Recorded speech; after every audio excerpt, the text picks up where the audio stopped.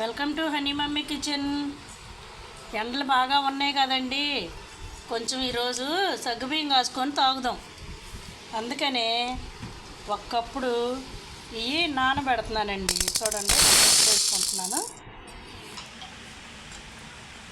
చూసారండి, ఇది 2 సార్లు కడిగేసి నీళ్లు పోసాను. ఇది ఒక 10 నిమిషాలు ఇట్లా నానబెట్టేసి పొయ్యి మీద పెట్టి ఉడికాక చూపిస్తాను.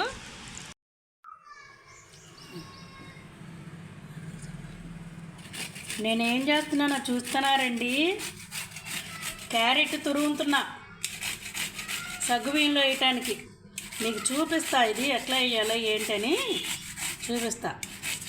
పిల్లలు క్యారెట్లు బీట్రూట్లు తినరు కదండి. మనం ఇట్లా ప్లాన్ వేసి ఈ సగ్గుబియ్యంలో ఇంకా వేరే వాటిలో వేసేసి పెడితే మాట్లాడకుండా తింటారు. కలర్ బాగుంటుంది కదా, అందుకని మీకు చూపిద్దామని చేస్తున్నాను. చూడండి. చూసారండి, సగ్గుబియ్యం కూడా సగం వరకు ఉడికిపోయినాయి. అటు చూపించు. అటేమో పాలు పెట్టాను, పాలు కూడా కాసేసి రెడీగా పెట్టుకోవాలి. ఇదేమో సగ్గుబియ్యం ఉడికిపోవచ్చింది. ఇంకొక 10 నిమిషాలు అయితే సాంతం మగ్గిపోతాయి. చూసారండి ఎట్లా ఉడికిపోయినాయో, సగ్గుబియ్యం బాగా ఉడికిపోయినాయి. ఇప్పుడు తురుము పెట్టుకున్నాం కదా క్యారెట్, ఇది వేసేసుకుందాం.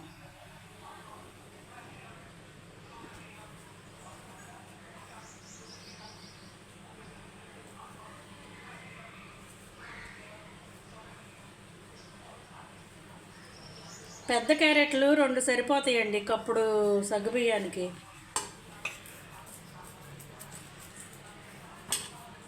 చూడండి కలర్ ఎంత బాగుందో.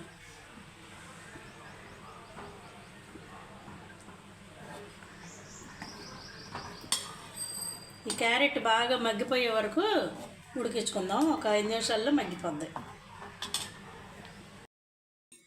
చూసారండి, క్యారెట్ కూడా మగ్గిపోయింది. ఇప్పుడు కొంచెం మూడు యాలక్కాయలు దంచి పెట్టుకున్నాను. ఇది కూడా కనపడుతుందా, వేసేసుకుందాం.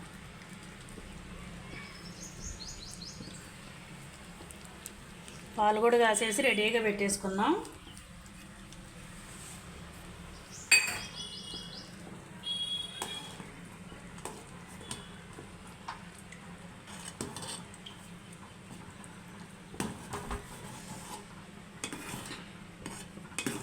కొత్త చెట్టులో కాస్తున్నానండి, బాగుంటుంది చూడటానికి అందంగా అని.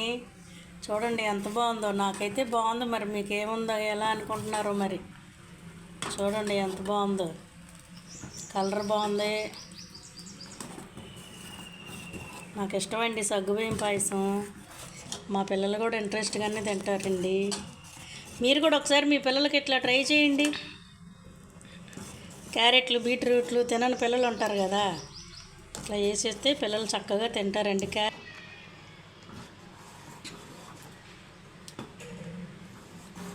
మగ్గిపోయిందండి బాగా. ఇది చూడండి, బెల్లం మనకి స్వీట్కి సరిపడా బెల్లం వేసుకోవటం. ఇది 100 గ్రాములు అనుకుంటండి. మరి చితగొట్టి వేస్తున్నాను. చూడండి, ఒకవేళ స్వీట్ కొంచెం ఎక్కువ తినేవాళ్ళు ఇంకొంచెం వేసుకోవచ్చండి, మన స్వీట్కి సరిపడా.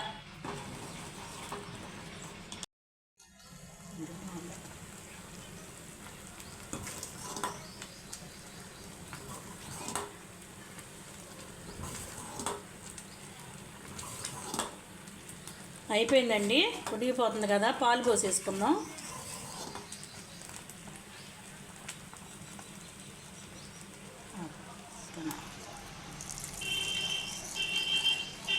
సుమారు ఒక పావుసేరు పైన అర లీటర్కి తక్కువ పోస్తున్నానండి పాలు.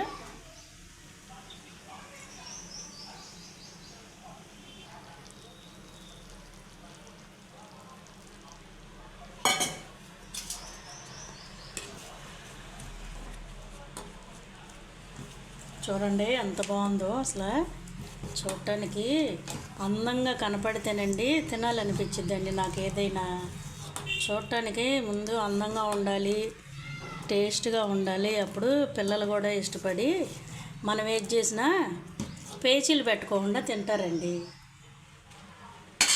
ఇటువైపు డ్రై ఫ్రూట్స్ ఫ్రై చేసుకొని దానిలో వేసేసుకుందాం. గుడ్డి కళ్ళయి పెట్టుకోవాలండి, అది కూడా నల్లగా ఉంది. దీనిలో కొంచెం నెయ్యి వేసుకుందాం. ఒక 2-3 స్పూన్లు నెయ్యి వేసుకొని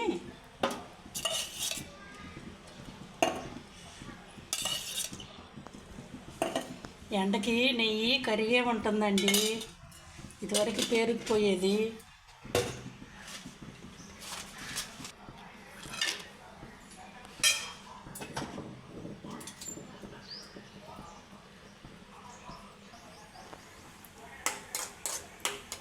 ఇది కొంచెం ఫ్రై చేసేసుకొని ఇంక దాంట్లో వేసుకుంటే అయిపోతుందండి. ఇంకా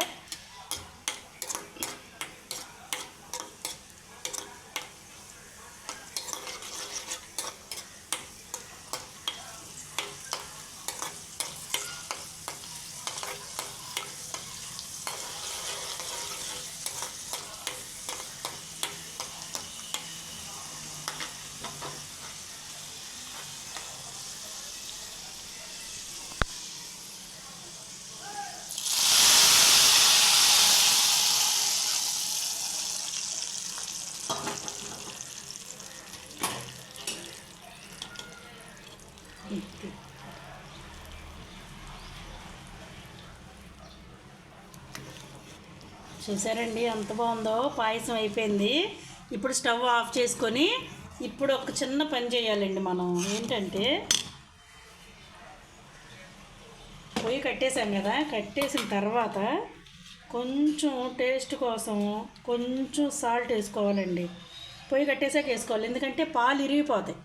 అందుకని పొయ్యి కట్టేశాక సాల్ట్ కొంచెం వేసుకొని తిప్పేసుకోవడమే. తిప్పేసి ఇంకా పిల్లలకి పెట్టి చేయటమేనండి.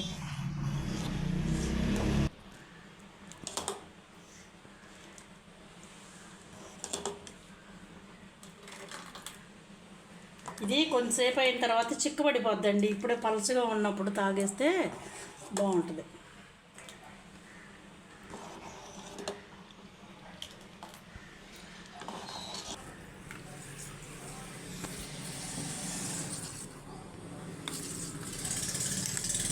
ఏమండి, ఈ పాయసం చేయటం ఎవరికైనా నచ్చితే మా వీడియోస్ షేర్ చేయండి, సబ్స్క్రైబ్ చేయండి. చాలామంది మా వీడియోస్ సబ్స్క్రైబ్ చేయకుండా చూస్తున్నారండి. సబ్స్క్రైబ్ చేయండి. 302 మంది వచ్చారండి ఇప్పటికి. 300 వచ్చేసరికి మేము అసలు చాలా హ్యాపీగా ఫీల్ అవుతున్నామండి.